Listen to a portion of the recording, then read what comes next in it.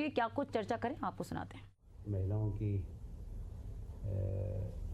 महिला अहिल्या वाहिनी महिला बाइक रैली निकलेगी 31 मई को। आप सभी जानते हैं हमारे देश के यशस्वी प्रधानमंत्री नरेंद्र मोदी जी आ रहे हैं और महिला सशक्तिकरण का महासम्मेलन करने वाले हैं, तो उसकी भी हम लोग तैयारी जोर शोर से कर रहे हैं। उसके साथ ही वे मेट्रो रेल का उद्घाटन तो करेंगे ही 31 तारीख को।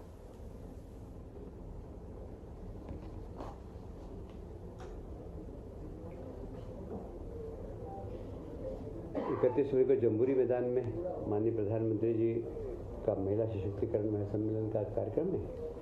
इसमें लगभग 2 लाख हमारी महिला उद्यमी, महिला कामगार, महिला सेल्फ हेल्प ग्रुप की महिलाएं, लाडली बहनें महिलाएं शामिल होंगी। इंदौर में मेट्रो ट्रेन का वर्चुअल लोकार्पण होगा।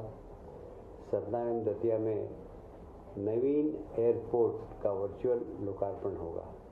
इन सभी स्थानों पर केंद्रीय मंत्री भी रहेंगे। जिस विभाग का, जैसे इंदौर में संभावना है कि केंद्रीय मंत्री, कैबिनेट मंत्री या राज्य मंत्री उपस्थित रहें। सतना एवं दतिया में जहाँ पर कि नवीन एयरपोर्ट हो रहे हैं वहाँ पर भी केंद्रीय मंत्री और राज्य मंत्री उपस्थित रहेंगे। उज्जैन में शिप्रा नदी का घाट का वर्चुअल भूमि पूजन होगा, वहाँ पर भी हमारे राज्य के मंत्री भी रहेंगे और केंद्रीय कोई मंत्री वहाँ पर आकर सम्मिलित होगा।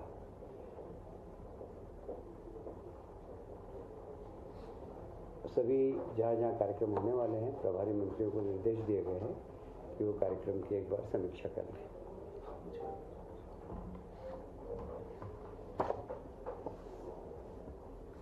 एक बहुत महत्वपूर्ण निर्णय और प्रधानमंत्री जी ने लिया है कि देश के सभी जिलों में, चार वैज्ञानिक, कृषि वैज्ञानिक भेजेंगे। ICAR के माध्यम से 4 वैज्ञानिक आएंगे।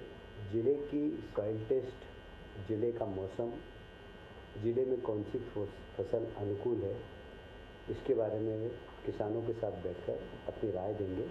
प्रशासन को भी एक रिपोर्ट प्रस्तुत करेंगे। वहाँ पानी की उपलब्धता, पानी की क्वालिटी, मिट्टी की क्वालिटी और इस सब का परीक्षण करके एग्रो क्लाइमेटिक जोन के अनुसार उन्नत कृषि की सलाह देंगे। ये एक बहुत महत्वपूर्ण निर्णय है, नीति आयोग में प्रधानमंत्री जी ने लिया था, जो मैंने आपको अवगत कराया।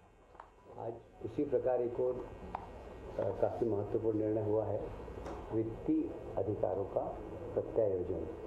वैसे तो पहले से ही है, तो हमेशा इसकी समीक्षा होती है, पर इसके पहले वित्तीय अधिकार पुस्तिका 2012 में हुआ था।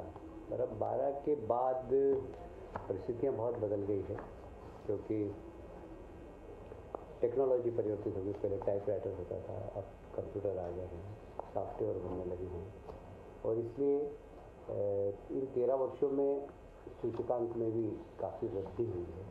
तो कुछ अधिकारों में वृद्धि की गई है, कुछ डेलीगेटेड। कुल मिलाकर इसका उद्देश्य है कि वित्तीय अधिकारों का विकेंद्रीकरण, और ये विकेंद्रीकरण की दिशा में एक बड़ा महत्वपूर्ण निर्णय है। इसमें विभागाध्यक्षों को अधिकार भी बढ़ाए गए हैं, और साथ ही जो अप्रासंगिक विषय हैं, जैसे मैंने बताया टाइपराइटर, अब आजकल टाइपराइटर को उपयोग ही नहीं करता है, तो टाइपराइटर ऐसी सब चीज़ों को उसमें से हटाया गया है। और ऐसे कुछ नवीन पद जो पहले नहीं थे, कंप्यूटर ऑपरेटर हो गए, सॉफ्टवेयर के लिए ऐसे सब नवीन पद भी सृजन करने के अधिकार दिए गए हैं। और कुल मिलाकर बजट का समय सीमा में उपयोग हो। कई बार फाइलें इतनी लंबी लंबी चलती हैं, जैसे मैं एक उदाहरण बताऊँ आपको, कि किसी विभाग में अगर किसी कर्मचारी कोई बीमार हो जाता है, उसको उसकी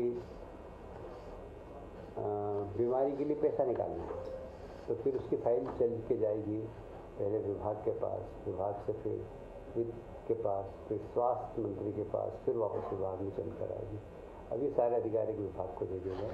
विभाग के अंदर ही निर्णय करके और सीधा 80% दे सकते हैं। उसी प्रकार जो अनुपयोगी प्रावधान थे वो निकाल दिए गए हैं। कुल मिलाकर अधिकारों का विकेंद्रीकरण किया गया है, प्रक्रिया का सरलीकरण किया गया है।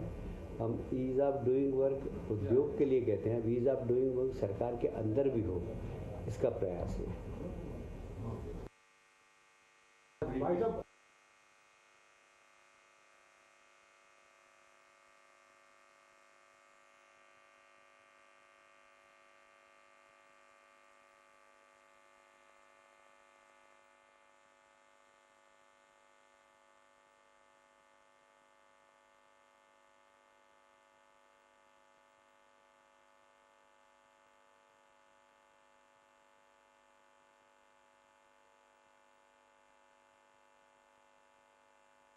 परेशान मत होइए।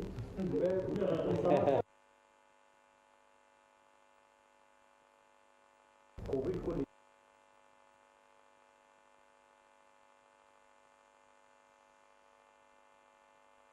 सभी को, और केंद्र सरकार ने भी सबको अलर्ट कर दिया। स्वास्थ्य विभाग इसके मामले में सभी जिलों के अंदर जो तैयारी करना चाहिए कोविड की, क्योंकि कोविड अब एकदम कोविड के अब हम सब लोग आदी हो गए, मतलब इसलिए जो तैयारी करना चाहिए सबको तैयारी करने के निर्देश दे दिए गए।